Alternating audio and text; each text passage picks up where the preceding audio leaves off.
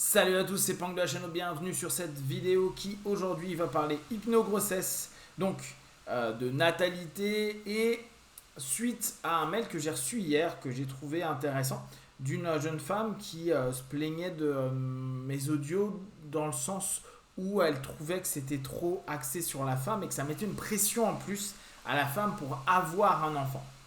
J'ai trouvé sa remarque intéressante et ce que je lui répondais, je lui disais, tu sais, la plupart du temps, quoi, c'est même pas la plupart du temps, depuis moi que je pratique, j'ai jamais eu un homme qui est venu en cabinet me dire salut, je veux travailler parce que je veux être père et j'arrive pas à avoir d'enfant. Parce que le je n'arrive pas à avoir d'enfant, il n'est pas connecté à la notion de paternité, mais plutôt de maternité. Alors après, on pourrait se dire ouais, mais ils viennent parce que ils ont un problème de fertilité.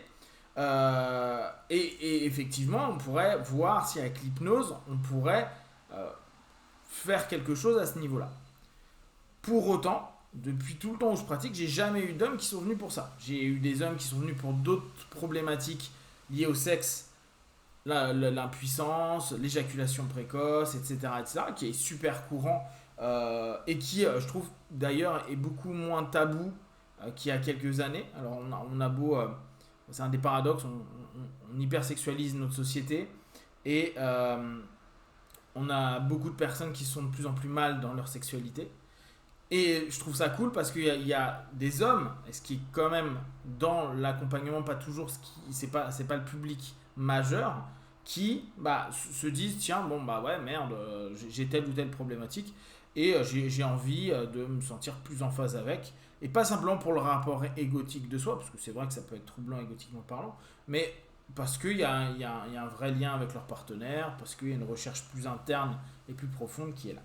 Donc, j'expliquais à cette jeune femme que, effectivement, j'ai pas fait jusqu'à présent d'audio orienté homme, parce qu'il n'y a pas, en tout cas de mon côté, je n'ai jamais eu personne qui est venu avec cette problématique et en tout cas qui voulait gérer cette problématique. Il y en a plein, parce que bien sûr que c'est pas toujours la problématique de la femme, ça peut être bien sûr la problématique de l'homme. Et bien sûr, la plupart du temps, les personnes qui développent leur travail d'hypnogrossesse, hypnobirthing, etc., leur idée de base, c'est de débloquer psychiquement quelque chose qui, d'un point de vue physique, est OK. Ce qui est intéressant dans cette notion-là, c'est de se dire, tiens, on a vraiment des problématiques qui sont complètement genrées.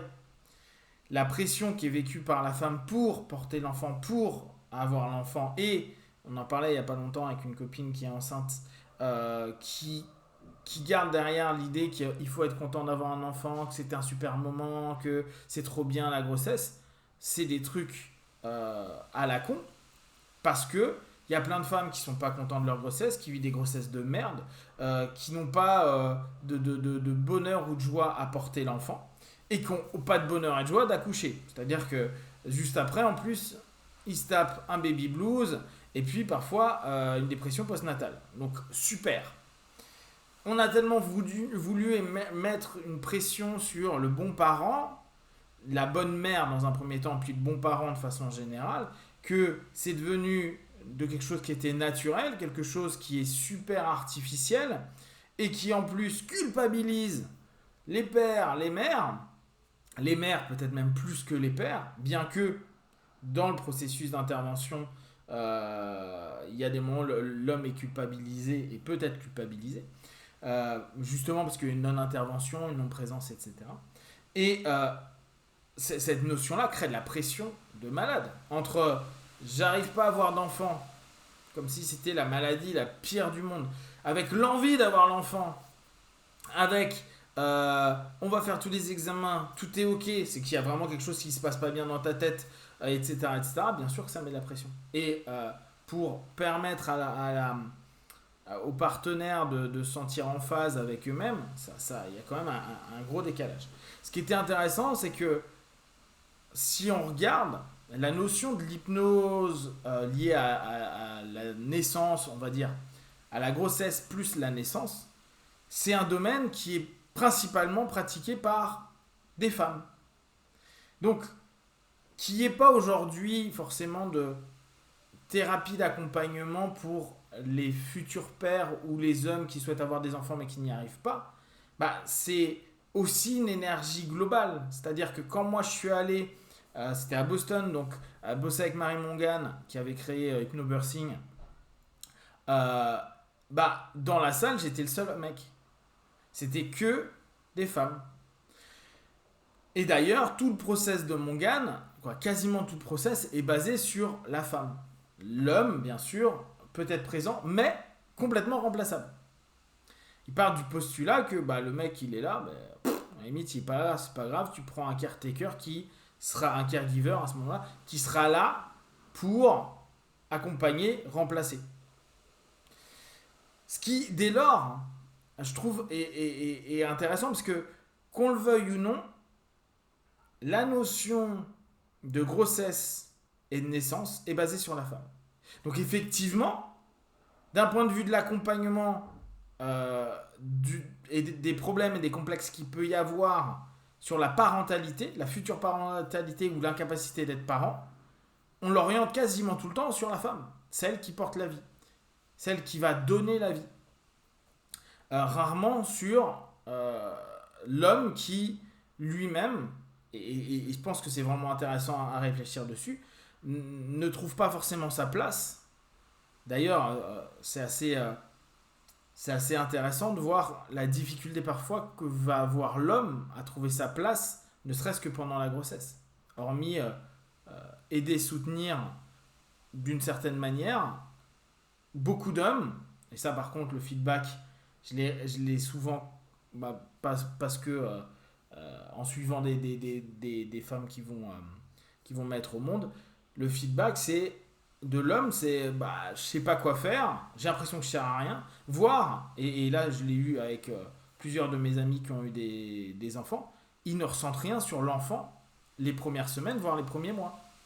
L'homme est décorrélé à un moment donné de ce rapport-là, de ce lien-là.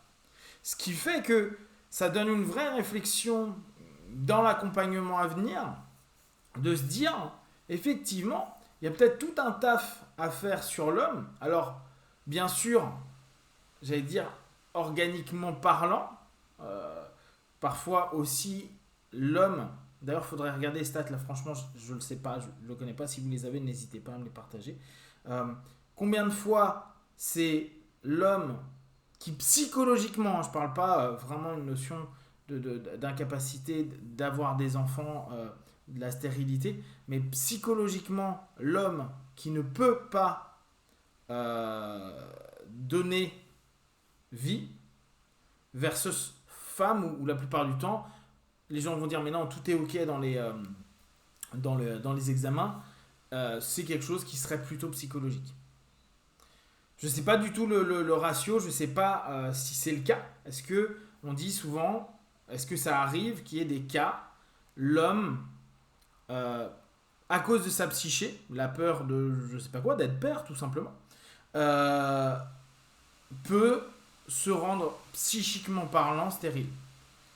Je me souviens, il y a quelques temps, quelqu'un m'avait dit, est-ce qu'on peut... Alors, j'avais trouvé la question assez étrange dans un premier temps, mais est-ce qu'on ne peut pas faire une espèce de préservatif virtuel, en gros dans le sens où les spermatozoïdes ils soient non actifs, en gros une forme de stérilisation pour ne pas avoir franchement j'en sais rien, le test je pense pas qu'il ait été fait parce que c'est trop problématique si ça marche pas et ça peut être très très galère. Mais l'idée, c'est un peu ça. C'est est-ce qu'on peut, psychiquement parlant, faire en sorte que tout est ok sur les examens, mais que si tout est ok, c'est le mec psychiquement qui bloque à ce moment-là.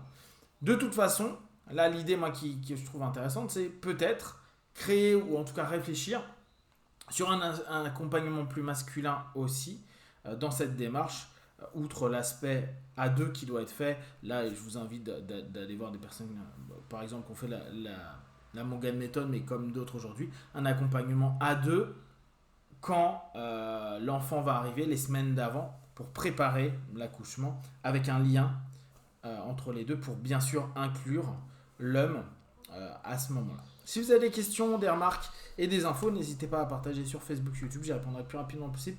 Comme d'habitude, de tout ce que je propose, ne prenez que ce qui est bon juste pour vous. Testez, observez, analysez et concluez. Big one, ciao.